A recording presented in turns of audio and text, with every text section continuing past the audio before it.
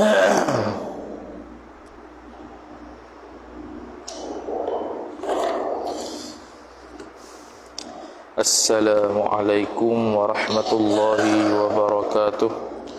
A'udzu billahi minasy syaithanir rajim. Bismillahirrahmanirrahim. Alhamdulillahi rabbil alamin wassalatu wassalamu ala asyrafil anbiya'i wal mursalin sayyidina Muhammadin wa ala alihi wa sahbihi ajma'in. Subhanaka la ilma lana illa ma 'allamtana innaka antal alimul hakim. Wala hawla wala quwwata illa billahil aliyyil azim. Rabbi shrah lisani yafqahu qawli wasaddid lisani wahdi qalbi bihaqqi nabiyyika Muhammad sallallahu alaihi wasallam.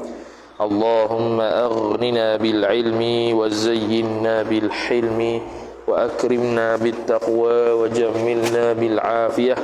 نوينا التعلم والتعليم والتذكر والتذكير والنفع والانتفاع والإفادة والاستفادة والحث على التمسك بكتاب الله وسنة رسوله صلى الله عليه وسلم ودعاء إلى الهدى والدلالة على الخير ابتغاء وجه الله مرضاته وقربه وثوابه سبحانه وتعالى آمين يا رب العالمين. Alhamdulillah, insyaAllah kita akan sambung perbincangan perbahasan kitab Paku Iman dan Simpulan Iman karangan Asy-Syaikh Tuan Guru Cik bin Ahmad Al-Qadahi rahimahullahu ta'ala. Disambung pada kitab kita muka surat 13 baris atas sekali. وقال الشيخ المؤلف رحمه الله تعالى ونفعنا الله بعلومه وبعلومكم وبعلوم مشايخنا في الدارين آمين يا رب العالمين. Kata pengarang Asy-Syaikh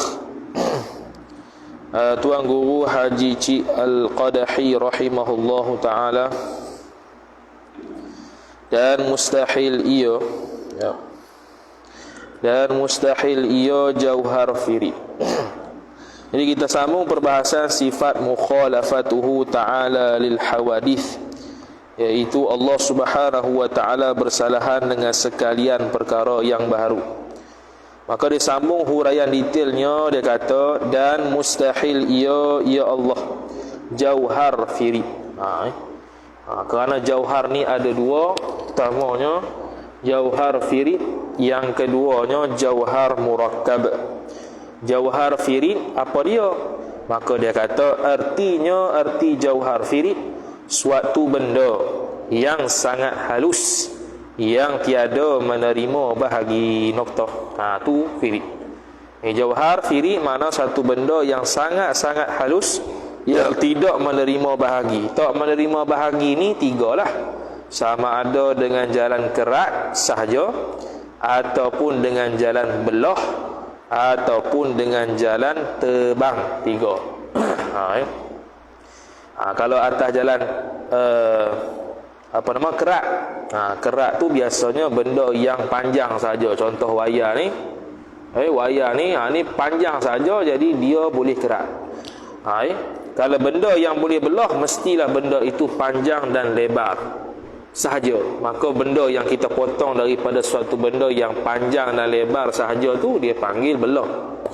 Kalau benda tu ada panjang, lebar dan dalam, maka kita boleh belah dia dengan cara terbang, dia panggil. Atau bahasa lama tani dia panggil kerisik. Jadi jauhar firid ni tak boleh terima atas jalan kerat, belah ataupun kerisik. Tak ada berlaku. Selesai. Jadi Allah bukan begitu. Jadi kalau jauhar firid lawannya jauhar murakkab. Jadi jauhar murakkab dia tersusun lah. Makna dia boleh belah bahagi. Sama ada dengan jalan kerat, sama ada dengan jalan belah, sama ada dengan jalan kerisik atau terbang. Okey. Kata muallif rahimahullahu ta'ala, dan mustahil ia Allah arad. Allah tu sendiri mustahil, dia itu arad. Apa dia arad? Iaitu arad sifat yang berubah-ubah, yang tiada sah terasing, yakni tiada sah pada akal, ataupun tiada sah, tak boleh terima pada akal, terasing daripada jirim. Noktah. Tu arak. Arak ni sifat yang berubah-ubah. Jadi kalau sifat, kaedah mutakallimin kita ni sebelum kaedah mutakallimin, sifat makhluk itu arak, sifat Allah itu sifat. Tu dia punya qadiyah dia, ataupun premis, ataupun ayat dia. Sifat makhluk sifat makhluk itu arak, sifat Allah itu sifat. Maksud dia apa? Allah punya sifat tidak boleh dipanggil arak. Sifat makhluk boleh panggil sifat, boleh panggil arak. Kerana makhluk ni sifat dia berubah-ubah. Adapun Allah Ta'ala tak berubah. Dia qadim lagi azali sifat dia. Lagi pula sifat dan arak ini nisbah ulama mutakallimin dia beza sikit. Arak ini dengan makna sifat yang jenis ada sahaja. Makna contoh merah, hitam, masam, pahit, semua tu ada. Tu arak. Bila kata arak, tu arak lah satu. Kalau sifat ni lebih umum, sama ada dia itu jenis. Sebab tu dalam kitab Makulat Asyarah tu 10 benda yang dibahas tu, satu jauhar 9 arak. 9 arak yang dibahas tu ada yang sungguh. Benda yang sungguh, contohnya bila tu satu sifat yang sungguh ya, bila ni. Bukannya ada bila tu. Masa tu bukan ada. Masa tu sungguh. Kemudian kata musannif rahimahullahu taala, contoh arak seperti segala warna putih. Putih tu arak. Kerana dia itu sifat. Lagi pula sifat yang tidak terasing. Tidak terasing ni makna arak ataupun sifat tidak boleh ada cara-cara dirinya. Apa maksud ada cara-cara dirinya? Iaitu dia tak boleh bawa diri dia dengan sendiri. Macam zat tak boleh. Contoh zat botol ni dia boleh bawa diri dia sendiri. Contoh kalau kita lempar ke kanan, dia akan bawa diri dia ke kanan. Tapi kalau sifat ataupun arat, kita tidak boleh baling biru ke kiri, botol ke kanan. Tak boleh. Kalau botol ni ke kanan, sifat dia biru tu akan juga ke kanan. Tidak boleh botol yang kita baling ke kanan, sifat dia ke kiri. Tidak boleh, kerana sifat itu tidak sah pisah daripada diri. Jadi zat boleh bawa diri, sifat tak boleh bawa diri. Sifat tumpang pada zat. Dan kuning, gerak, diam. Jadi sini bila dia contohkan semua sifat ataupun arak ni, jelas kita lihat bahawasanya arak yang dimaksudkan di sini arak secara umum. Sama ada jenis ada ataupun jenis sungguh. Sama ada jenis ada ataupun jenis sungguh. Ada. Bila kata ada, sungguh. Gerak dia tak ada, tapi sungguh. Jadi arak yang dimaksudkan di sini arak secara umum. Sama ada sifat jenis ada ataupun tiada. Bau, tawar, masin. Bau ni nisbah hidung.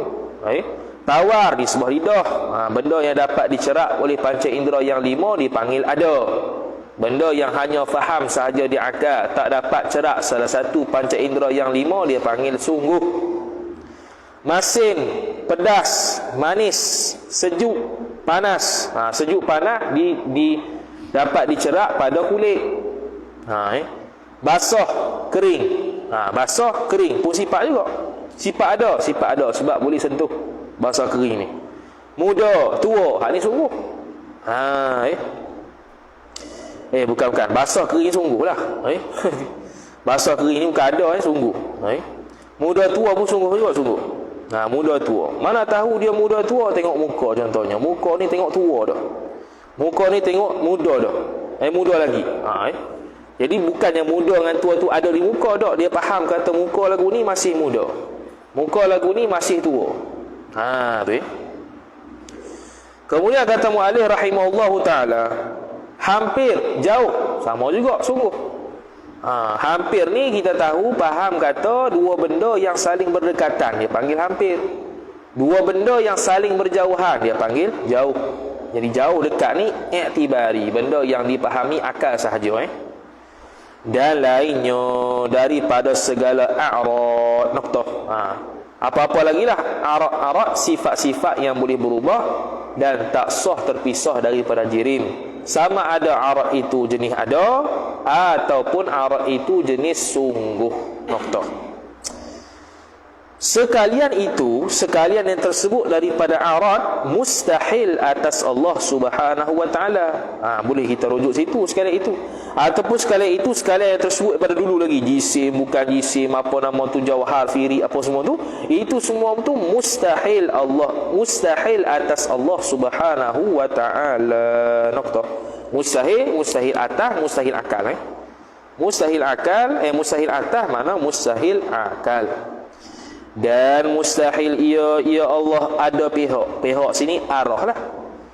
Diri Allah Ta'ala sendiri ada arah? Tak ada. Contoh kata ada Allah Ta'ala pihak, contohnya kita ni pihak kanan kita belah sini, pihak kiri kita belah sini, pihak atas kita belah sini, atas kepala ni, kalau bawah belah kaki. Tu ada pihak bagi kita. Allah Ta'ala tak ada. Maka tiada baginya bagi Allah hadapan. Allah Ta'ala tidak ada pihak hadapan. Kita ada tak? Ada. Kita punya depan sini, kita punya belakang sini.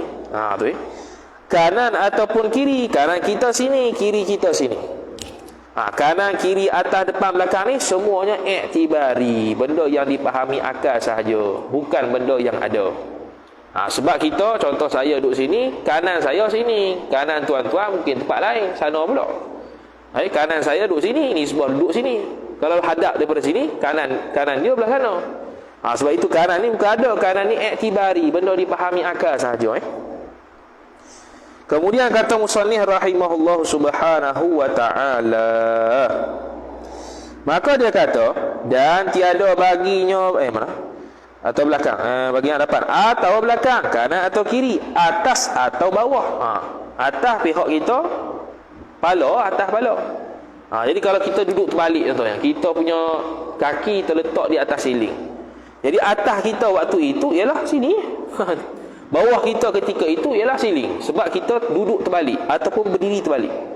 Tu nisbah arah bagi kita. Allah Ta'ala ada arah begitu? Tak ada. Tu dan tiada baginya bagi Allah muka. Ni nisbah kata Allah ada anggota. Tak boleh, mustahil. Dan tiada baginya bagi Allah mata atau telinga. Jadi Allah Subhanahu wa ta'ala mendengar dan melihat bukan dengan telinga, bukan dengan mata, dan bukan telinga, bukan dengan mata. Itulah kita akidatun najim. Allah Ta'ala melihat bukan dengan mata dan bukan mata. Dengan makna Allah melihat dengan sifat basar, bukan dengan alat walaupun bukan mata. Kita melihat dengan sifat basar melalui mata. Tu alat kita.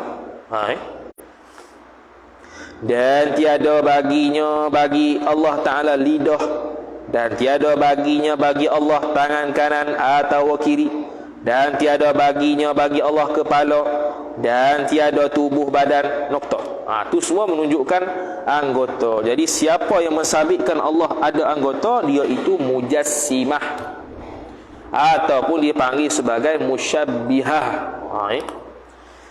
Maka sekalian Allah ada pihak tangan, pihak kanan, kiri, atas, bawah, telinga, lidah, semua tu mustahil atas Allah. Ini mustahil pada akal atas Allah Ta'ala berlaku sedemikian. Noktah. Tafri'nya, maka barang siapa i'tiqad Allah Ta'ala ada tangan. Tangan sungguh ni, tangan yang mana kita faham berdaging, berjari, dengan tiada takwil tafsili atau ijmali. Noktah. Tengok bawah tu dia kata takwil tafsili itu murad. Apa maksud takwil tafsili? Takwil tafsili ni kita kata dia takwil dengan makna lain. Mudah cerita tu. Takwil ijmali, dia tidak takwil pada makna lain, tapi dia serah murad ayat tu pada Allah. Tu takwil ijmali, ataupun dia panggil sebagai tafwid. Jadi tafwid dengan takwil ijmali sama. Takwil tafsili, dia terjemah perkataan tu dengan makna yang layak dengan Allah. Itu takwil tafsili. Sekarang nombor satu dia kata takwil tafsili itu murad, perkara yang dikehendaki dengan tangan itu ialah kuasa. Kena faham sini ya, bukan makna dia terjemah tangan tu makna tangan sungguh tak. Tangan ni sekadar terjemah saja. Kalau dalam kitab Syarah Faraid, kitab Umdatul Talib tu dia kata, ulama Jawi terjemah juga ayat mutasyabihat bukan nak sabit hak tu, bukan nak sabit tangan sungguh. Tak, nak kata benda itu terjemahan itu mustahil. Tu dalam kitab Umdatul Talib. Diterjemahkan yad dengan tangan supaya nak kata hak tu mustahil. Dia nak kabur hak sebenarnya apa? Hak sebenarnya gini, bukan tangan. Tu. Sekarang dia kata murad dengan kata takwil tafsiri pada kata tangan ni ialah kuasa. Maksudnya apa dia? Iaitu takwil tafsiri bagi kalimah yadun itu ialah istaula ataupun kuasa lah. Takwil ijmali itu kita tidak tahu apa maksudnya. Maksud tangan, yakni yad tu serah kepada Allah, bukan tangan bukannya tangan sungguh tu mustahil semacam baharu. Kalau takwil ijmali contoh yad, yadullah fawqa aydihim, yad tu apa? Tangan ke? Bukan tangan. Lepas tu wallahu a'lam bimuradihi, tu dipanggil tafwid ataupun dia panggil takwil ijmali. Takwil ijmali makna borong umum, makna dia tidak memindahkan makna perkataan tu kepada makna lain. Itu takwil ijmali. Kalau takwil tafsili, dia menakwilkan ataupun memberikan makna yang layak bagi Allah daripada perkataan yang zahirnya makna gini tapi bukan begini, tapi makna lain. Zahir makna yad ialah tangan. Mubadaratul aqli, faham di akal secara pantahnya kita akan fahami yad itu tangan lah. Tapi bukan tangan yang dimaksudkan di sini. Lepas tu kuasa. Itu takwil tafsiri. Bukan kuasa. Lepas tu wallahu a'lam bimuradihi, Allah saja tahu maknanya. Itu takwil ijmali ataupun tafwid. Jadi sekarang ni dia kata, maka barang siapa i'tiqad Allah Ta'ala ada tangan dengan tiada takwil tafsili atau ijmali, dia tak takwil pun tak boleh sebut tangan sungguh, niscaya jadi kafir orang itu. Noktah. Sekarang ni bila kita kata seseorang yang mensabitkan tangan bagi Allah, dia panggil mujassimah. Mujassimah ni ada dua, mujassimah sarihah, mujassimah ghairu sarihah. Mujassimah sarihah dia panggil mujassimah yang jelas mujassimahnya. Contoh dia kata Allah ada tangan macam kita. Itu mujassimah sarihah, mujassimah yang sangat jelas. Mujassimah yang kedua, mujassimah ghairu sarihah, mujassimah yang tidak jelas. Contoh dia kata Allah ada tangan tapi tak serupa makhluk. Dia sabit tangan tu tapi tak serupa makhluk. Itu mujassimah juga, mujassimah ghairu sarihah. Sekarang ni apa hukum mujassimah sarihah dengan mujassimah ghairu sarihah? Khilaf ulama, 3 pandangan.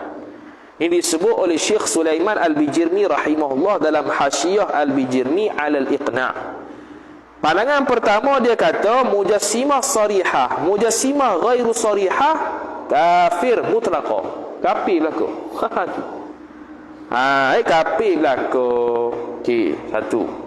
Pandangan kedua pula mengatakan kedua-duanya ini fasik belaka, mutlaqah. Sama ada dia kata Allah ada tangan macam kita ataupun dia kata Allah ada tangan tak serupa makhluk. Kedua-dua ni pandangan kedua kata fasik semata-mata. Pandangan yang ketiga inilah pandangan mu'tamad, iaitu tafsil. Ada tafsil dia. Mana? Mujassimah sarihah kafir, mujassimah ghairu sarihah fasik. Atas pandangan yang ketiga ni pandangan mu'tamad, pandangan yang kuat, iaitu pandangan yang mengatakan seseorang yang mengatakan Allah ada tangan macam kita, itu kafir. Allah ada tangan tak serupa makhluk, itu fasik, tak kafir. Jadi kita yang kata kafir ni boleh tanggung atas 2 pandangan. Pandangan yang pertama sama ada secara mutlak kafir lah kau, ataupun pandangan yang mu'tamad, pandangan ketiga iaitu mujassimah sarihah yang kata kafir.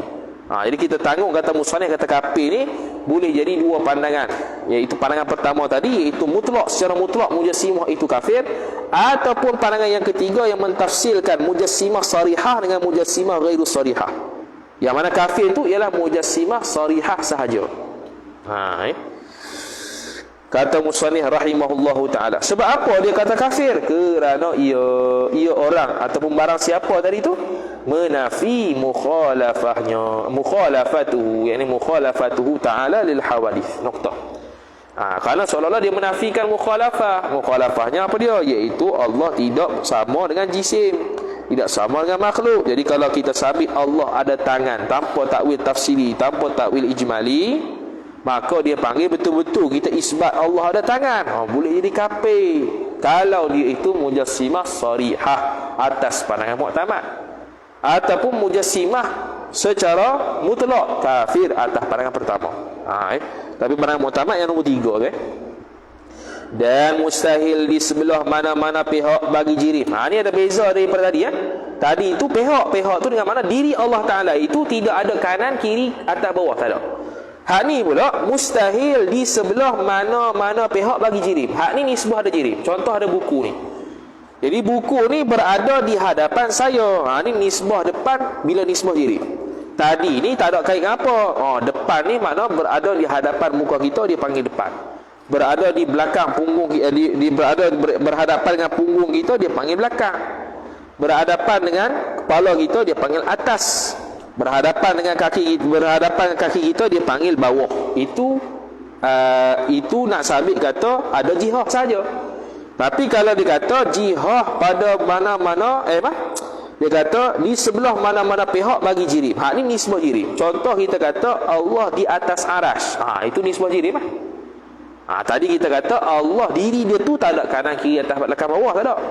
Dan juga tak ada Allah Ta'ala itu di atas arash, di kiri arash, di kanan arash, di depan arash, di belakang arash, di bawah arash. Tak ada juga. Itu nisbah jirim. Maka tiada ia Allah di sebelah hadapan kita, dan tiada ia Allah di sebelah belakang kita, dan tiada ia Allah di sebelah atas kita, dan tiada ia Allah di sebelah bawah kita. Kerana sekalian itu mustahil Allah Ta'ala sedemikian. Kalau dalam kitab Hasyiah Al-Baijuri ala Sanusi, dia bawa contoh Allah Ta'ala atas arash, Allah Ta'ala bawah arash, Allah Ta'ala kanan kiri arash, Allah Ta'ala depan arash, Allah Ta'ala di belakang arash. Mustahil. Orang yang mengata Allah Ta'ala di atas arash, fasik. Orang yang mengatakan Allah Ta'ala di bawah arash, kafir. Itu adalah syarah As-Sanusiyah, Imam Ibrahim Al-Bajuri rahimahullahu ta'ala. Maka barang siapa i'tiqad, barang mana kita berhadap Allah Ta'ala ada di situ. Barang siapa yang i'tiqad, kok mana saja kita hadap Allah ada di situ. Contoh kita hadap sini, Allah ada satu. Kita hadap sini, Allah ada situ. Kita hadap sini, Allah ada situ. Maka dengan tanpa tiada takwil tafsiri atau ijmali, macam tadi, tanpa kita takwilkan maksud yang sebenar ataupun kita serah makna daripada Allah, niscaya jadi kafir orang itu. Kerana telah menyamakan Allah dengan makhluk, iaitu ada jihah bagi jirim yang lain. Allah Ta'ala berada di hadapan kita, nisbah Allah dengan jirim, iaitu kita ni. Nisbah Allah dengan kita, Allah di hadapan kita. Kalau i'tikad begitu sungguh, tanpa ada takwil ijmali atau takwil tafsili, kafirun, kafir. Dan mustahil ia Allah bertempat. Kenapa mustahil? Bertempat ini dia ada dua perbahasan. Pertama dia panggil faragh mauhum. Faragh mauhum. Faragh ni kosong lah, tempat kosong yang mauhum, yang diwahamkan. Contoh sekarang ni ni dia panggil faragh mauhum. Kita berasa kosong ni, padahal ada benda, iaitu udara, oksigen. Tu faragh mauhum. Ada yang kedua namanya faragh muhaqqaq. Faragh muhaqqaq ialah tempat kosong yang betul-betul kosong, tak ada udara langsung. Contoh kita kata atas sana tu, betul-betul tak ada langsung udara, oksigen tak ada. Sebab tu kena bawa mari oksigen atas tu. Sebab apa tak ada oksigen? Contoh. Tu faragh muhaqqaq. Ataupun istilah sains dia panggil vacuum. Vacuum tu dalam tu tak ada apa langsung. Tu dia panggil faragh muhaqqaq. Jadi maksud bertempat di sini, adakah faragh muhaqqaq ataupun faragh mauhum? Jawapan dia ahli sunnah sabit kata tempat itu ialah faragh mauhum. Iaitu sekarang ni, ni tempat ni. Jadi kalau kita letak buku di sini, Mana tempat bukunya ni ya, sini. Kalau kita letak buku di sini, tempat bukunya di sinilah. Sebab ni faragh mauhum ni. Dia tak syarat faragh muhaqqaq. Betul-betul kosong tidak. Asalnya ni ada ruang. Bila kita letak tangan kita di sini, ruangan oksigen yang ada di sini diberi ruang kepada kita untuk kita letak tangan di sini. Maka tempat tangan kita ni sini ya. Nak tahu tempat menurut Ahlussunnah wal Jamaah, kalau kita letak satu benda, kita bekukan, kita takdirkan, kita beku tempat tersebut, kita cabut benda tu, ada lubang, macam ada bentuk tu, itu dia panggil tempat dia. Jadi sama ada tempat itu di tanah, di laut atau di udara. Jadi sekarang ni kita duduk di atas kerusi, maka kita ada dua tempat. Pertamanya di tanah. Tanah sini mana? Kerusi lah, bukan tanah sungguh tu. Kemudian udara. Ni udara. Jadi asalnya udara meliputi tempat ni. Tiba-tiba kita masuk kepala kita, dia beri ruang kepada kita, kepala kita untuk letak tempat di sini. Maka dia pun beri ruang. Dan bila lebah bagi ruang, dia tangkuk balik. Lepas tu kalau kita beku tempat ni, kita keluarkan kepala kita, ada bentuk bulat. Itu tempat kepala kita. Tu faragh mauhum. Jadi tempat sini makna faragh mauhum, bukan faragh muhaqqaq. Maka tiada ia Allah di atas langit, dan tiada di atas arasy, dan tiada ia Allah di luar alam, dan tiada ia Allah di dalam alam. Ini bahasa Aqidatul Najim. Allah Ta'ala tidak berada di luar alam, Allah Ta'ala tidak berada di dalam alam. Lepas tu tak ada mana-mana. Yang nak kata tu ya, Allah Ta'ala tak ada di mana-mana tempat. Lepas tu dia bahasakan Allah Ta'ala bukan di dalam alam, bukan di luar alam. Lepas tu tak ada apa-apa, dia tidak bertempat, noktah situ ya. Dan tiada ia Allah penuh alam. Tak ada. Penuh alam ni, contoh kita kata penuhnya alam ni bulat, contohlah. Bukannya Allah berada di seluruh penuh tu. Tak, bukan. Allah Ta'ala bukan berada di dalam alam, bukan berada di luar alam, bukan. Dan bukan berada penuh alam, tak ada juga. Penuh satu alam Allah Ta'ala, bukan. Kalau kita takdirkan alam seluruhnya itu bulat. Jadi Allah Ta'ala bukan berada di luar bulat, bukan berada di dalam bulat, bukan berada di lingkaran bulat tu pun tidak juga. Lepas tu tak ada apa. Allah Ta'ala tidak bertempat, itu saja. Kerana sekalian itu, iaitu Allah berada di dalam alam, di luar alam, penuh alam, arasy, langit itu mustahil. Mustahil berakal. Tidak boleh terima. Macam mana kita kata mustahil? Iaitu dengan dalil lah. Dia panggil mustahil nazari ya. Kita mengaji dalam paku iman tu, mustahil ada dua, mustahil nazari, mustahil daruri.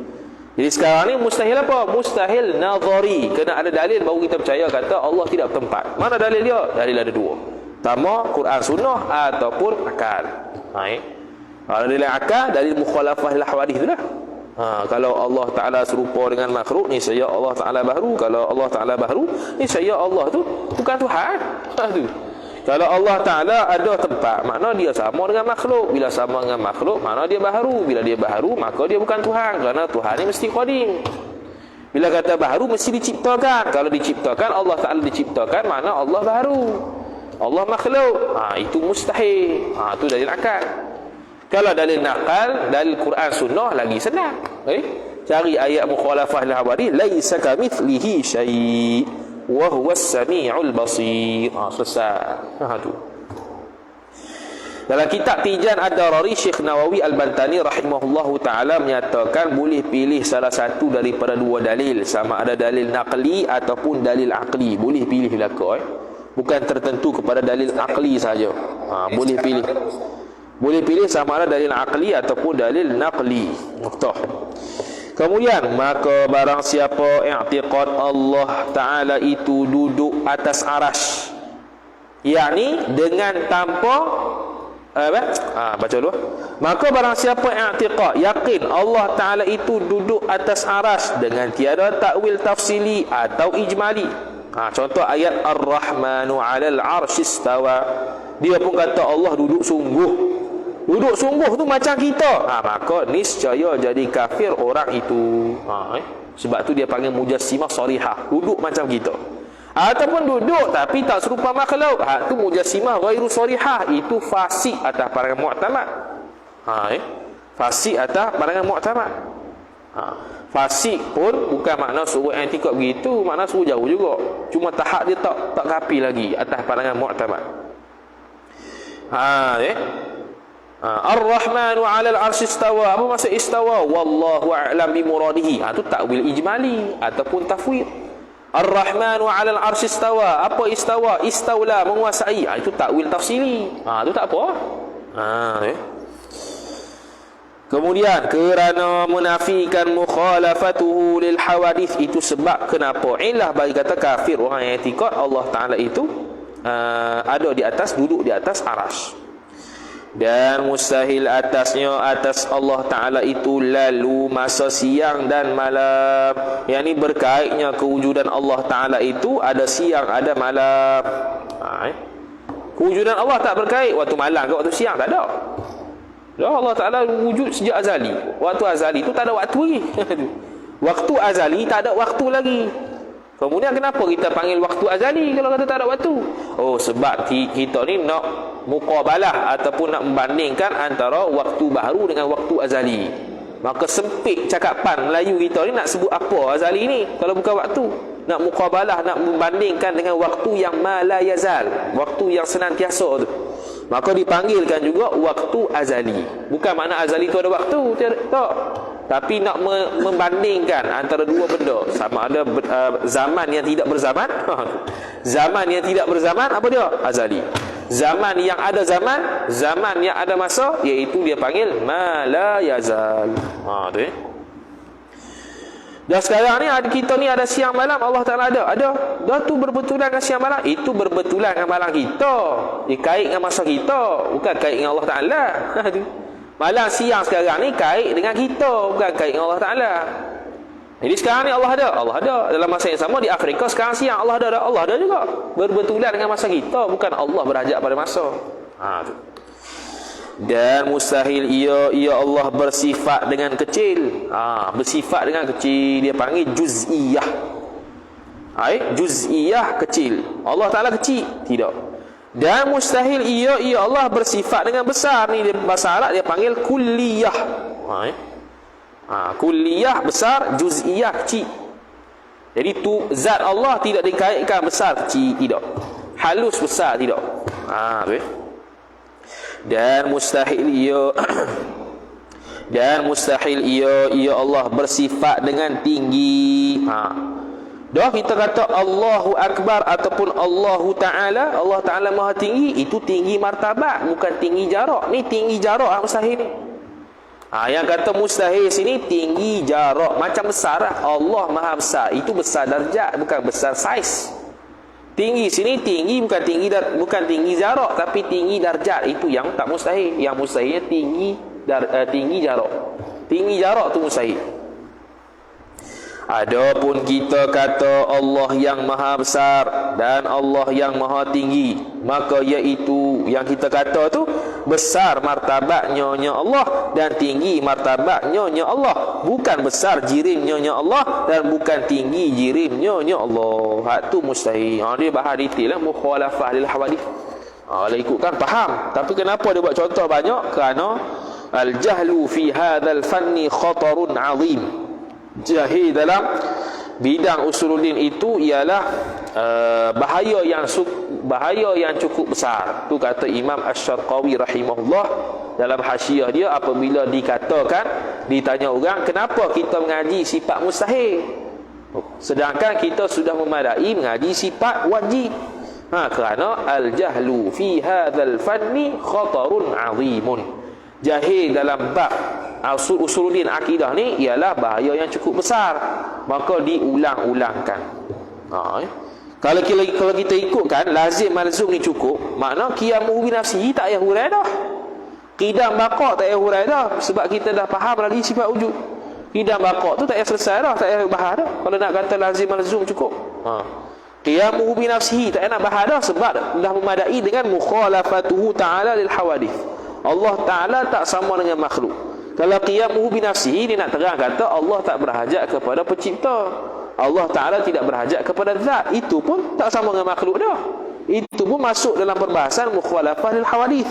Tetapi kenapa disebutkan lagi? Kerana al-jahlu fi hadzal fanni khatarun azim. Jahil dalam urusan akidah ni itu bahaya yang cukup besar. Maka diulang-ulang supaya kejap dan tegap.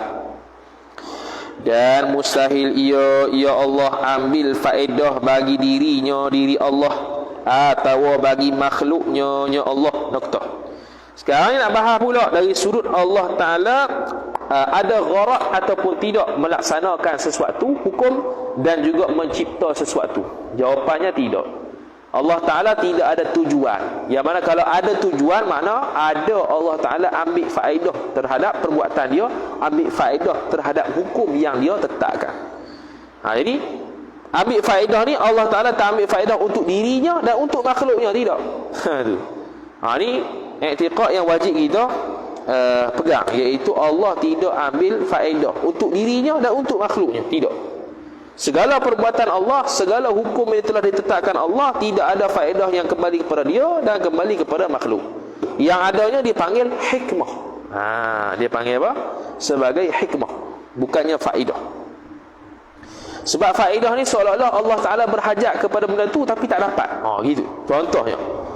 Contoh kita kata tumbuhnya pokok. Jadi Allah Ta'ala pun turunkan hujan. Supaya apa? Supaya dapat tumbuhkan pokok. Okey, sekarang ni kita kata dah kalau tak ada hujan, tak boleh tumbuh ke pokok Allah Ta'ala tu? Boleh tak? Boleh. Allah Ta'ala tak turunkan hujan, boleh tak tumbuh pokok? Boleh. Allah Ta'ala turunkan hujan, boleh tak dia tumbuhkan pokok? Boleh juga. Allah Ta'ala turunkan hujan, boleh tak tumbuh pokok? Boleh. Allah Ta'ala tak turunkan hujan, boleh tak tumbuh pokok? Boleh juga. Jadi kalau Allah turunkan hujan, gharak dia supaya dapat tumbuh-tumbuhan, maka itu mustahil. Seolah-olah Allah Ta'ala berhajat kepada hujan sebagai wasilah untuk tumbuh-tumbuhan, untuk tumbuh pokok. Sedangkan Allah Ta'ala mampu untuk tumbuhkan tumbuh-tumbuhan itu tanpa hujan. Jadi setiap perbuatan Allah, setiap hukum yang telah ditetapkan Allah, tidak ada gharak, tidak ambil faedah. Tu Kemudian kata mu'allif rahimahullahu ta'ala, maka bukanlah dijadikan bumi itu ya Allah ambil faedah bagi kita pijak. Bumi betul lah. Maka bukanlah dijadikan bumi itu ia bumi ambil faedah bagi kita pijak atasnya, atas bumi. Ataupun ia tu ia Allah, boleh ke? Boleh berlaku tu. Maka bukanlah dijadikan bumi itu ia Allah ambil faedah bagi kita pijak atasnya, atas bumi. Bukan. Allah Ta'ala cipta bumi, adakah semata-mata untuk bagi kita pijak je? Tak. Tidak ada gharak. Lepas tu kenapa cipta bumi? Cipta bumi kerana kehendak dia, selesai. Lepas tu yang belakang-belakang tu dipanggil hikmah. Kenapa hikmah Allah Ta'ala cipta bumi pada hari sekian-sekian? Tu lain cerita. Tu hikmah.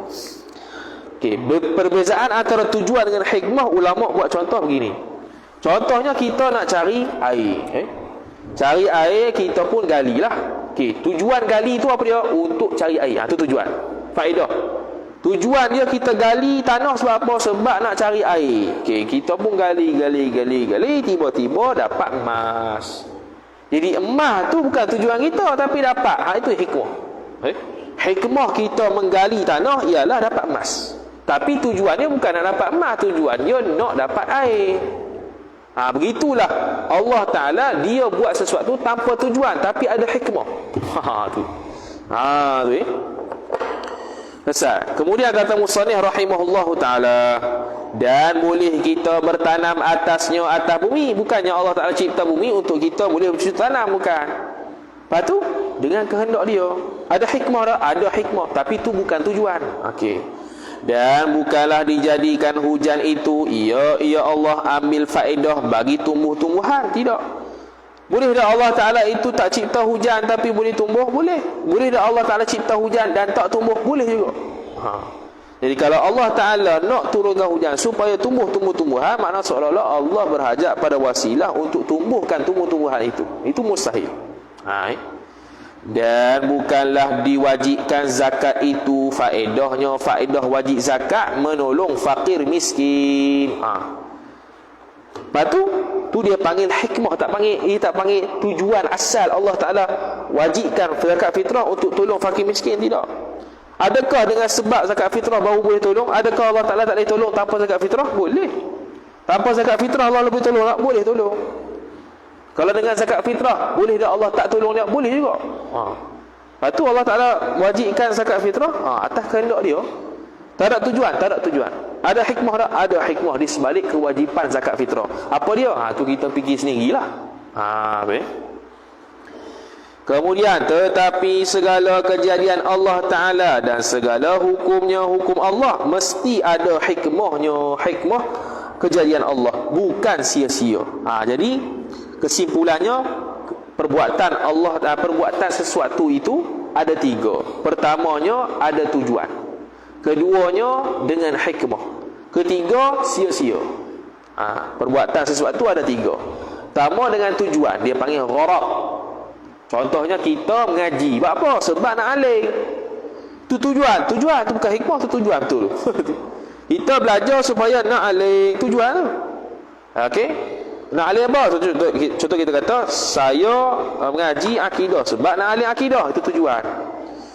Saya mengaji tapi saja, tu sia-sia. Bukan nak ambil sifat apa dah, saya saja, tu sia-sia. Kalau bil hikmah contohnya ialah kita mengaji akidah, tiba-tiba faham far'i. Contoh tu. Tu hikmah mengaji tauhid apa dia? Iaitu asalnya kita tujuan nak mengaji akidah untuk faham akidah, tiba-tiba Allah Ta'ala futuhkan faham far'i. Tu hikmah mengaji akidah. Jadi perbuatan ada 3. Pertamanya perbuatan sia-sia, keduanya perbuatan yang bertujuan, dan yang ketiganya perbuatan bil hikmah. Adapun Allah Ta'ala bukan sia-sia, bukan dengan tujuan, tapi bil hikmah. Kemudian kata mu'allif rahimahullahu ta'ala, dan mustahil Allah Ta'ala bersifat dengan sifat-sifat yang baharu. Noktah. Sifat yang baharu mustahil. Siapa yang i'tiqad Allah Ta'ala sifat yang baharu, kafir. Mana buktinya? Tengoklah kitab Ad-Durrul Thammin, dia sebut siapa-siapa yang beriktikad kalam Allah, sifat perkata itu baharu, kafir dia. Apa? Sebab sifat perkata, kalau kita kata baru, sifat kalam yang di zat Allah Ta'ala itu baharu, maka lazimlah zat Allah baharu. Kerana tidak boleh benda yang qadim bersifat dengan baharu, tak boleh. Benda yang baharu tak boleh bersifat dengan qadim, tak boleh. Jodoh zat qadim ialah sifat qadim, jodoh zat baharu ialah sifat baharu. Tidak boleh terbalik. Tu ya. Jadi mustahil, dan tiap-tiap yang dapat difikir oleh hati, tu ataf kepada sifat-sifat yang baharu, yakni Allah Ta'ala mustahil bersifat dengan tiap-tiap yang dapat difikir oleh hati. Setiap apa yang terlintas oleh hati terhadap Allah Ta'ala, Allah bukan begitu. Tu kaedah. Setiap apa yang Allah Ta'ala, yang kita terlintas dalam hati Allah sekian-sekian, maka Allah bukan begitu. Itu kaedah dia. Dan tiap-tiap barang, tu atah lagi pada sifat-sifat yang baharu, yakni mustahil Allah Ta'ala bersifat dengan tiap-tiap barang yang terlintas dalam hati. Sama lah tu, difikir oleh hati, terlintas dalam hati. Terlintas ni ada banyak benda. Ada terlintas tu dengan makna khatir, ada makna hamun, ada makna hajisun. Tu pergi kepada bab niat lah. Perbahasan hadis berkaitan dengan azam, hamun tu dia ada bahas lah. Hamun, hajisun, azmun, niat, khatir. Apa-apa yang terlintas dalam hati tentang Allah Ta'ala, Allah bukan begitu. Bukan setakat Allah Ta'ala, benda yang makhluk saja pun ada yang tak terlintas dalam hati. Contoh syurga neraka. Syurga neraka benda gaib, benda gaib. Apa yang terlintas dalam hati, dia bukan syurga. Apa yang kita paling berfikir, paling sedap tadi, syurga ni, tu bukan syurga lagi. Sebab syurga tidak pernah dilihat dan tidak pernah didengar. Begitu juga Allah Ta'ala. Apatah lagi Allah Ta'ala. Allah Ta'ala dia itu bukannya makhluk, dia itu khaliq, pencipta. Lagi-lagilah tak terlintas dalam akal kita apa hakikat Allah Subhanahu wa Ta'ala. Adakah kita melihat Allah Ta'ala itu tahu hakikat Allah? Tu khilaf ulama. Dalam kitab Hasyiah At-Tarmasi ala Manhajil Qawim, Syekh Mahfuz At-Tarmasi rahimahullahu ta'ala menukilkan khilaf pandangan ulama apabila seseorang itu telah melihat Allah Ta'ala, adakah dia mengetahui hakikat zat Allah? Tu khilaf. Ada yang kata tidak juga mengetahui hakikat Allah, ada yang kata tahu. Kemudian kata muallif rahimahullahu taala, maka Allah Ta'ala mustahil yang demikian itu, demikian bersifat dengan sifat-sifat baharu, bersifat dengan perkara yang dapat difikir oleh hati, sifat dengan tiap-tiap barang yang terlintas dalam hati. Noktah. Okey, Ustaz. Dan tatkala kita lihat Allah Ta'ala masa kita dalam syurga, itu pun kita lihatnya Allah mukhalafatuhu ta'ala lil hawadith. Isu ru'yatullah, melihat Allah, terbahagi kepada dua. Pertama, melihat Allah di dalam dunia. Melihat Allah di dalam dunia terbahagi kepada dua. Satu, Nabi SAW. Yang kedua, selain daripada Nabi SAW. Nabi SAW, adakah melihat Allah di dunia? Khilaf ulama. Ada yang kata sabit Allah, dia melihat Allah Ta'ala secara zat ketika Isra' dan Mi'raj, peristiwa Isra' Mi'raj. Pandangan kedua, tengok. Pandangan mu'tamad, Nabi SAW melihat zat Allah Ta'ala. Itu masyhur dalam kitab-kitab akidah. Itu untuk Nabi. Melihat Allah di dunia selain daripada Nabi SAW, tidak lihat sama sekali. Bahkan siapa yang mendakwa aku lihat Allah Ta'ala di dalam dunia, kafir. Itu untuk dunia. Bahagian yang kedua, melihat Allah di akhirat. Ini terbahagi kepada dua pula.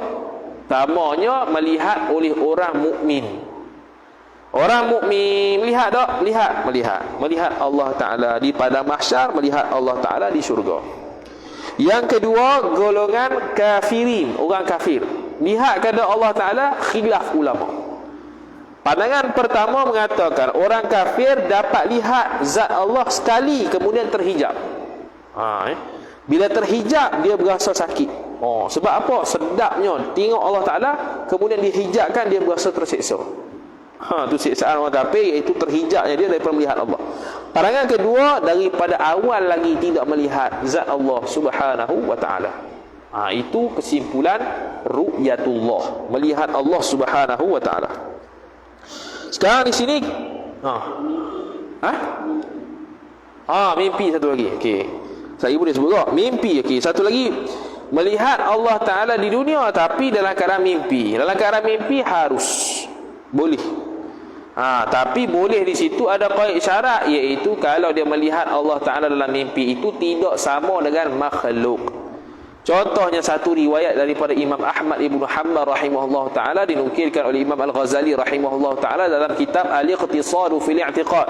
Imam Ahmad bin Hanbal rahimahullah ta'ala mengatakan bahawasanya aku bermimpi Allah Ta'ala 99 kali.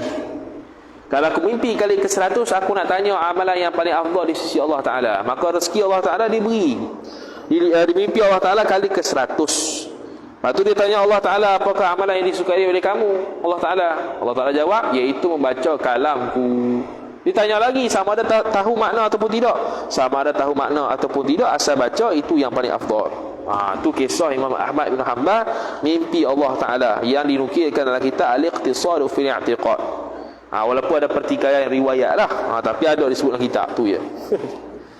Kemudian kata mu'alif rahimahullahu ta'ala, bukan ia Allah dalam syurga, dan bukan ia Allah di luar syurga. Kita melihat Allah Ta'ala dalam syurga dalam keadaan dia bukan dalam syurga, bukan di luar syurga.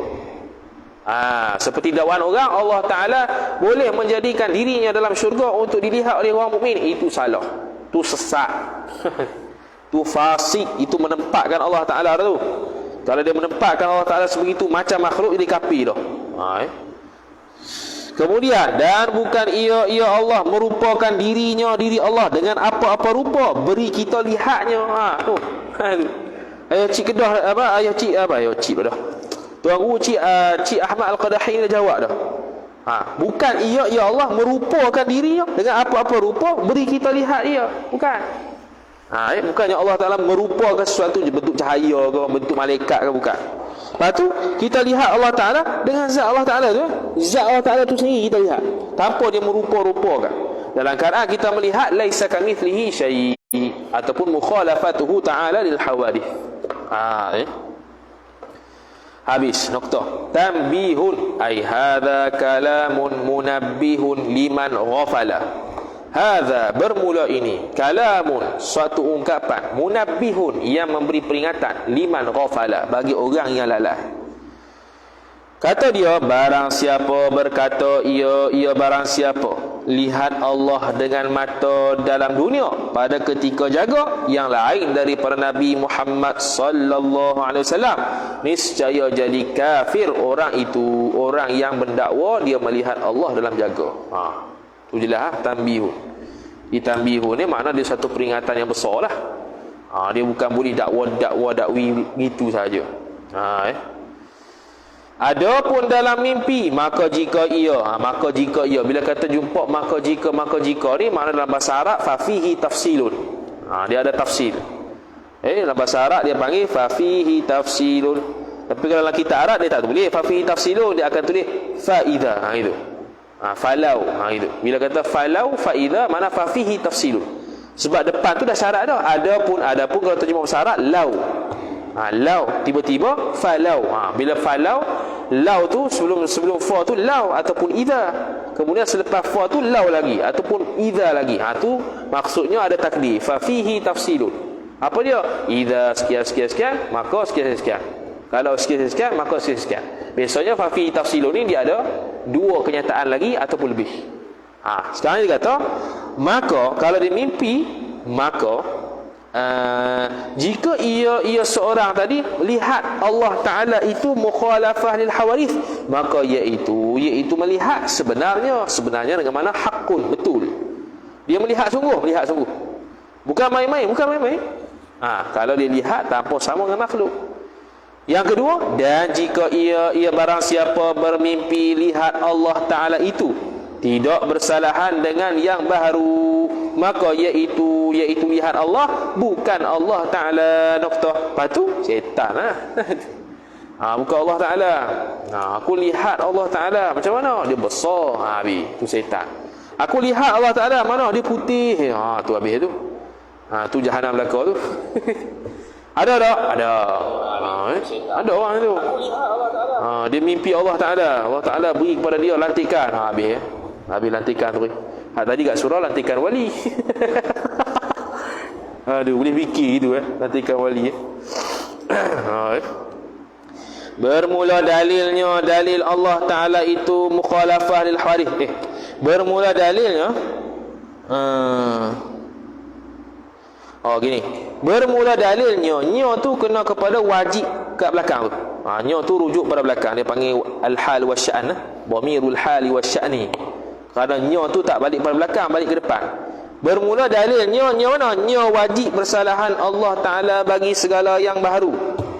Sama ada yang baharu ini jirim ataupun arad. Semua tu bukan Allah. Apa dia? Dalil dia baharu alam. Ni dia panggil dalil ijmali. Dalil yang sekurang-kurangnya wajib diketahui oleh mukallaf.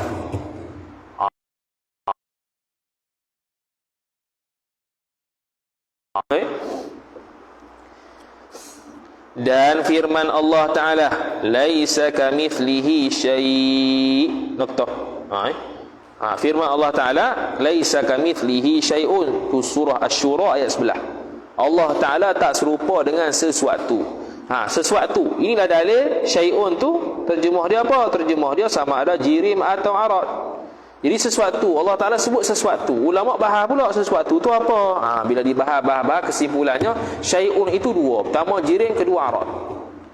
Tidak terlepas setiap sesuatu selain Allah Ta'ala sama ada jirim atau arad. Tu je. Kemudian, dan kaf pada kamithlihi. Ni bahas sikit ni. Kaf tu, kamithlihi tu, kaf tu. Huruf kaf pada kamithlihi itu menyerupai zaidah. Menyerupai zaidah. Sebab apa dia kata menyerupai zaidah? Kenapa tak kata zaidah? Dalam nahwu kita kata harfun zaidah contohnya. Contoh kita kata wahdaniyah contohlah. Contoh wahdaniyah. Contoh alif pada wahdaniyah tu alif zaidah contohnya. Kita kata zaidah tu tambahan. Sekarang dia kata kaf pada kamithlihi itu menyerupai zaidah. Dia panggil syibhuz zaidah. Kenapa dia kata syibhuz zaidah tak kata zaidah? Kerana laisa kamithlihi syai' itu ayat Quran. Zaidah ni maknanya dia tak ada makna. Jadi adakah ayat Quran ni tak ada makna dah. Jadi nak beradab dengan Allah Ta'ala, dia panggil syibhu zaidah, ataupun ulama nahwu dia panggil haraf wasal, harfu waslin, ataupun dia panggil harfu taukidin. Itu mana kalau taukid ni dia menguatkan, dia bukan sia-sia gitu ya tak. Ataupun harfu waslin, haraf wasal, tu dia punya cakapan adab dia.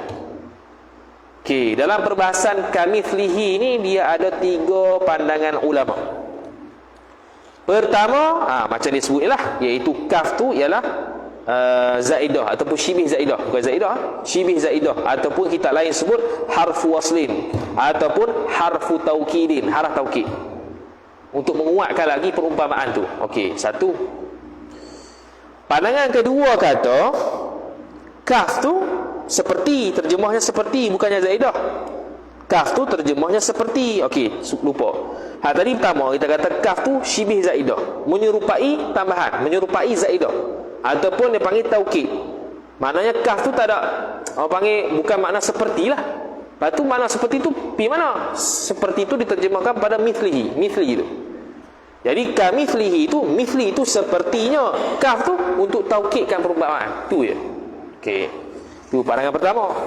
Pandangan kedua pula kata, dah mithli di situ maknanya 2. Pertamanya zat, keduanya sifat. Apa? Zat Allah lah. Kamithlihi syai'. Kamithlihi ay kadzatihi syai'. Laisa kamithlihi syai'un ay laisa kadzatihi syai'un. Ay kadzatillah syai'un. Tidak ada sesuatu pun yang serupa dengan zat Allah, ataupun laisa kamithlihi ay kasifatihi syai'un. Tidak ada yang menyerupai sifat Allah sesuatu pun. Soalan pula, mithlun. Okey, mithlun tu kalau kita kata itlaq 2. Pertamanya zat, keduanya sifat. Kenapa boleh itlaq 2 atas 2 kaedah? Dia panggil atas 2 kaedah. Iaitu kaedah pertamanya dia panggil jawazu isti'malil mushtarak fi ma'nayaihi. Jawazu, harus, isti'mali, menggunakan, al-mushtaraki. Mushtarak ni panggil lafaz yang ada 2 makna ataupun lebih. Bukan. Mushtarak ni mana satu lafaz makna banyak, gitu. Fi ma'nayaihi, pada 2 maknanya. Jawazu isti'malil mushtaraki fi ma'nayaihi. Kaedah pertama, harus menggunakan lafaz mushtarak, lafaz yang berkongsi dengan macam-macam makna atas 2 makna. 2 makna tu apa dia? Zat dengan sifat tu lah. Satu. Sebab apa dia kata gitu? Sebab ada khilaf. Boleh tak satu lafaz tu ada 2 makna? Ada yang kata tak boleh. Ni binaan ala jawaz isti'mali al-mushtaraki fi ma'nayaihi. Dibina atas kaedah mengatakan harus menggunakan lafaz mushtarak untuk 2 makna. Mana? Mithlun itu dengan makna zat, mithlun itu dengan makna sifat. Kaedah pertama. Kaedah kedua pula ialah iaitu ala sabilil haqiqati wal majaz.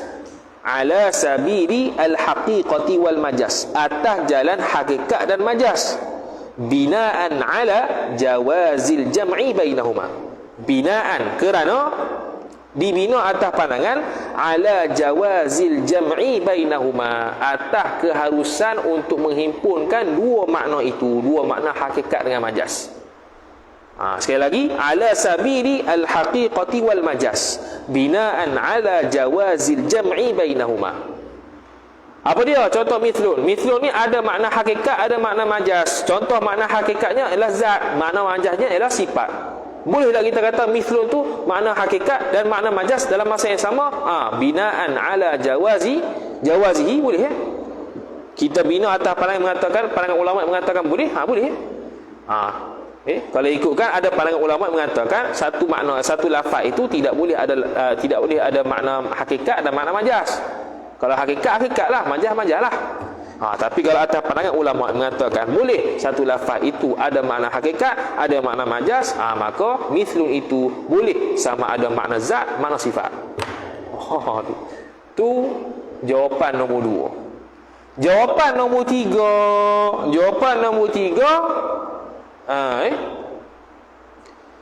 Okey, sekarang ni kita kata laisa kamitslihi syai'un. Perasan kalau kita terjemah laisa kamitslihi syai'un, maknanya apa? Contoh kita kata laisa kadzatihi syai'un. Tidak ada sesuatu yang serupa dengan zatnya. Tidak ada sesuatu yang menyerupai zatnya. Laisa kamitslihi ay laisa kadzatihi syai'un. Dia nak sebut apa tu? Dia nak sebut tidak ada yang serupa dengan seumpama Tuhan. Dia tu. Laisa kadzatihi syai'un ay laisa kadzatillahi syai'un. Tidak ada yang serupa dengan seumpama Tuhan. Bukan dengan Tuhan. Tidak ada sesuatu yang serupa dengan seumpama Tuhan. Apa maksud dia? Contoh kita kata Allah Ta'ala. Okey, zat Allah Ta'ala. Okeylah. Zat Allah Ta'ala. Bukan ni contoh ni. Zat Allah Ta'ala. Seumpama zat Allah dia. Seumpama zat Allah hak ni. Contoh kita kata. Kemudian kita kata tidak ada sesuatu pun yang seumpama dengan umpama zat Allah. Apatah lagi zat Allah sendiri. Tu maksud dia. Laisa kamitslihi syai'un dengan makna laisa kadzatihi syai'un. Tidak ada yang seumpama zat Tuhan sesuatu pun, tak ada. Maksud dia apa dia? Iaitu maksud dia ialah tidak ada yang serupa dengan seumpama Tuhan. Kalau kata gitu, apatah lagi serupa dengan Tuhan, lagi tak ada lah. Seumpama dengan Tuhan pun tak ada, apatah lagi dengan Tuhan selalu, tak ada. Tu maksud dia. Sebab itu kaedah ketiga dia kata atas jalan kinayah. Yalzamu min nafi mithlil mithli nafyul mithli. Lazim daripada menafikan seumpama Tuhan, melazimkan akan menafikan Tuhan lah. Ni al-mithlu apa dia? Tuhan. Mithlul mithli, seumpama Tuhan ni.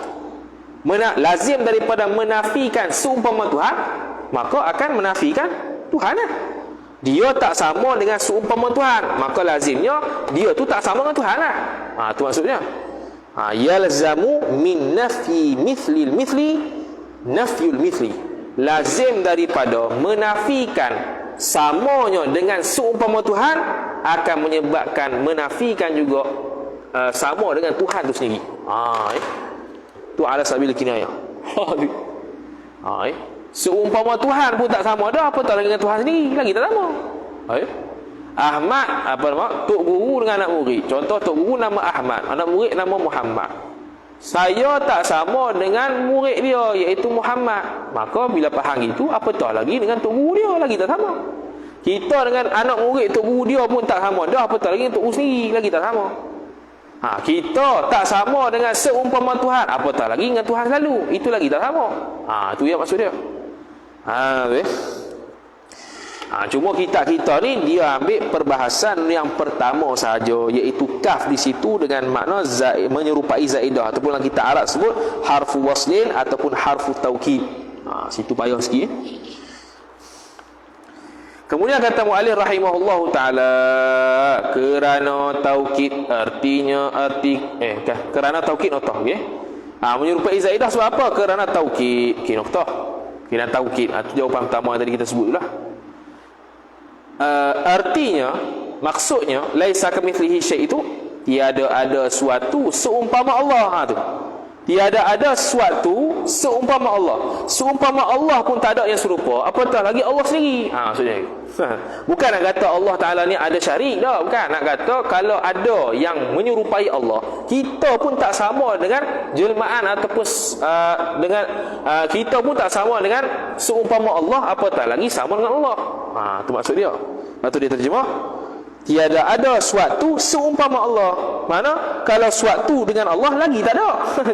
Dengan seumpama Allah pun tak serupa, apatah lagi dengan Allah direct, lagi tak ada. Apa kali ulang ni? Noktah selesai mukhalafah lil hawadith.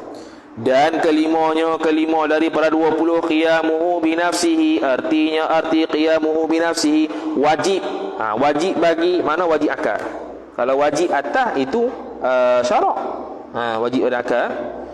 Wajib bagi, yakni wajib pada akal bagi Allah Ta'ala berdiri dengan sendirinya. Noktah. Berdiri. Ini terjemah qiyamuhu. Bukan makna daripada duduk cacang tu.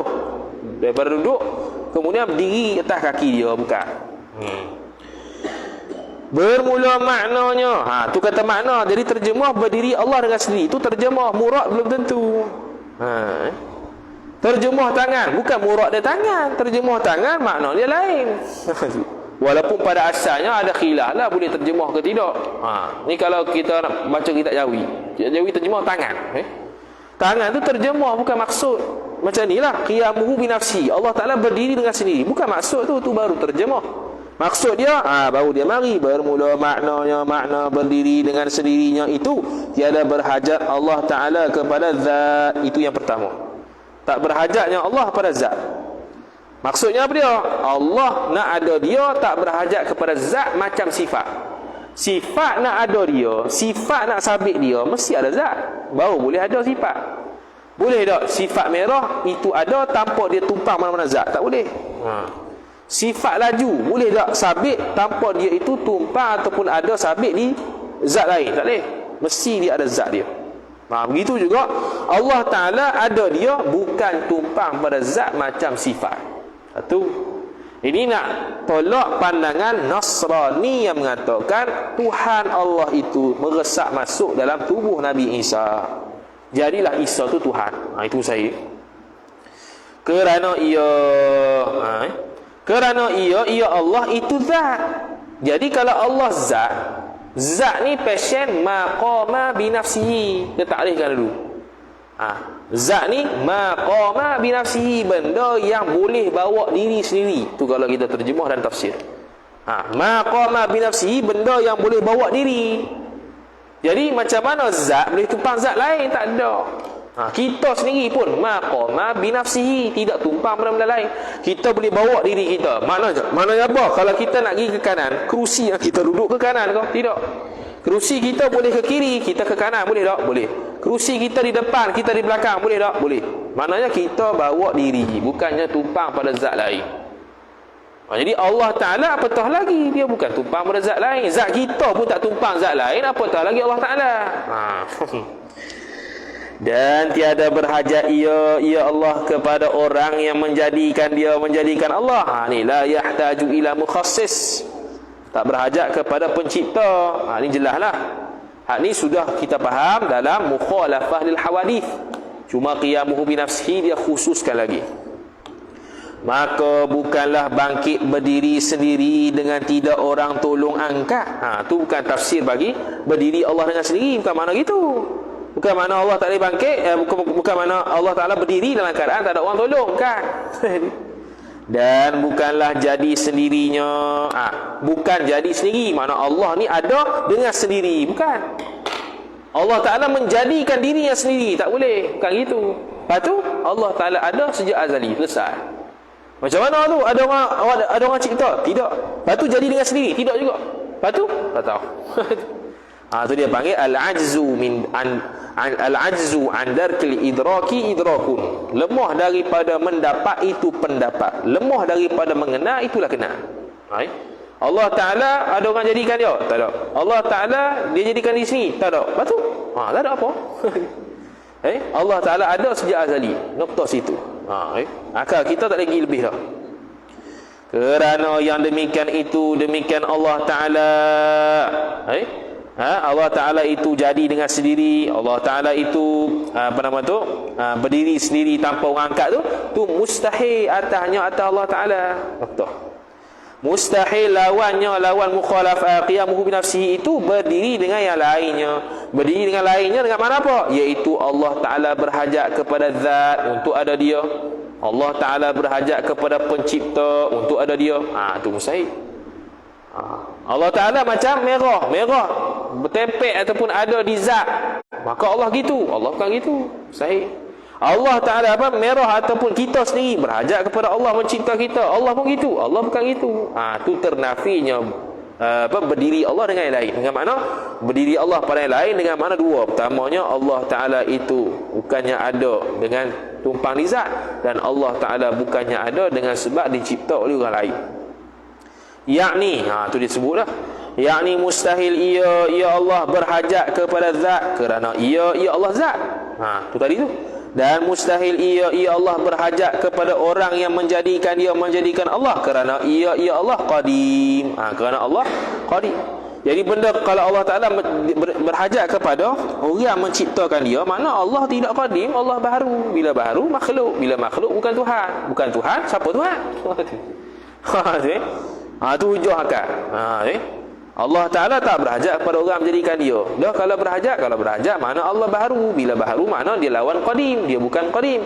Bila bukan qadim, makna dia makhluk. Bila makhluk, dia bukan Tuhan. Bila bukan Tuhan, siapa jadi Tuhan? Siapa jadi Tuhan? Tak ada. Tak ada Tuhan pula. Jam. Dalil mukhalafah, dalilnya ni qiyamuhu bi nafsihi baharu alam. Ni dalil tafsir. Dalil tafsir ni daripada sejak sifat wujud sampai habis semuanya alam ini. Itu mudah tu. Tapi bukan sekadar semata. Kenapa berdalil ke alam? Kerana baharu. Tu jadi lain lah. Itu jihatul dalil. Kalau dalil ijmali betul-betulnya alam ini selesai. Kenapa pilih alam ini? Baharu dia. Itu dipanggil jihatul dalil. Kenapa dia panggil alam ni baharu? Kenapa dia panggil alam ni jadi dalil? Pandangan kedua, kenapa alam ini dipanggil dalil?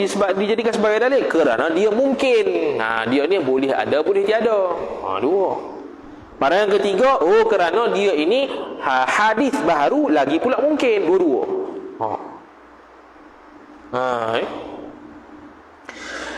Keempat, kenapa dia panggil alam ini sebagai dalil? Kerana dia panggil alam ini mungkin dengan syarat hadis, dengan syarat baharu. Mungkin dengan syarat baharu. Mungkin dengan syarat baharu. Mungkin dengan syarat baharu. Alam ini mungkin, alam ini mungkin. Dan dengan syarat baharu. Apa dia? Iaitu bila kata baharu, baharu ni khusus. Baharu ni khusus. Baharu ni khusus, mungkin tu umum, mungkin tu boleh jadi sebelum tu hadis ni maksud dia apa? Maksud dia ialah maksud dia ialah benda yang ada selepas tiada. Asalnya tiada kemudian ada, tu maksud baru. Kita asalnya tiada kemudian ada, tu makna baru. Kita asalnya ada kemudian tiada. Kita asalnya tiada kemudian ada, itu baru. Kemudian asalnya ada, kemudian tiada, itu makdum, tiada. Ni mungkin ni ada 4 mungkin ni. Mungkin sayu jadu, mungkin lagi akan datang ada. Sekarang ni tak ada, akan datang ada. Mungkin maujud ba'dal adam, mungkin ada selepas tiada. Ni sekarang kita ni mungkin maujud ba'dal adam kerana sebelumnya tiada, kemudian sekarang ada. Ketiga, mungkin ma'dum ba'dal wujud, iaitu mungkin tiada selepas ada. Sekarang ni kita tak terima lagi dah. Lepas ni kita mati, baru kita masuk dalam keadaan mungkin ma'dum ba'dal wujud, mungkin tiada selepas ada. Sekarang ni ada, lepas ni tiada. Dan yang keempat, mungkin annallaha ya'lamu lam yujad, mungkin bahwasanya Allah Ta'ala mengetahui kata kita ni tak akan ada. Itu mungkin juga. Contoh iman Abu Jahal. Imam Abu Jahal, dia mungkin annallah ya'lamu lam yujad. Dia perkara yang mungkin, tapi mungkin dari sudut Allah Ta'ala tahu sejak azali dia tak akan ada. Iman Abu Jahal, iman Fir'aun, iman Abu Lahab, dia mungkin juga, tapi mungkin annallah ya'lamu lam yujad. Dia termasuk dalam kategori mungkin yang mana Allah Ta'ala mengetahui sejak azali dia tak akan ada. Tu. Jadi baharu alam ni dia panggil jihatul dalil lah. Dia bukannya dalil yang ijmali dah. Dia panggil jihatul dalil. Dalil ijmali sungguhnya alam ni je. Dan firman Allah Ta'ala, wallahu huwal ghaniyyul hamid, surah Fatir. Arti firman Allah Ta'ala, dan Allah Ta'ala itu yang maha kaya dan maha amat kepujian. Maha kaya tu, bila kita tengok ayat tu maha kaya, kita boleh tafsir dah dalam kepala.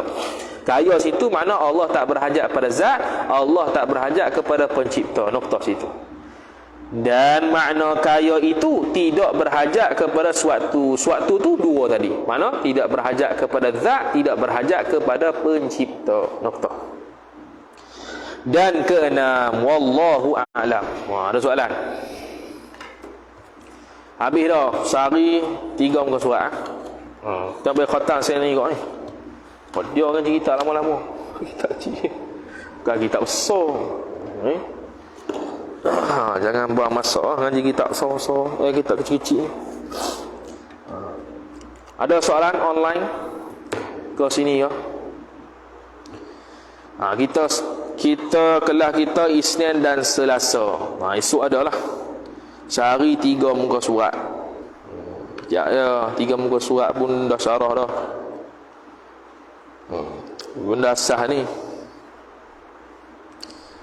Ada soalan?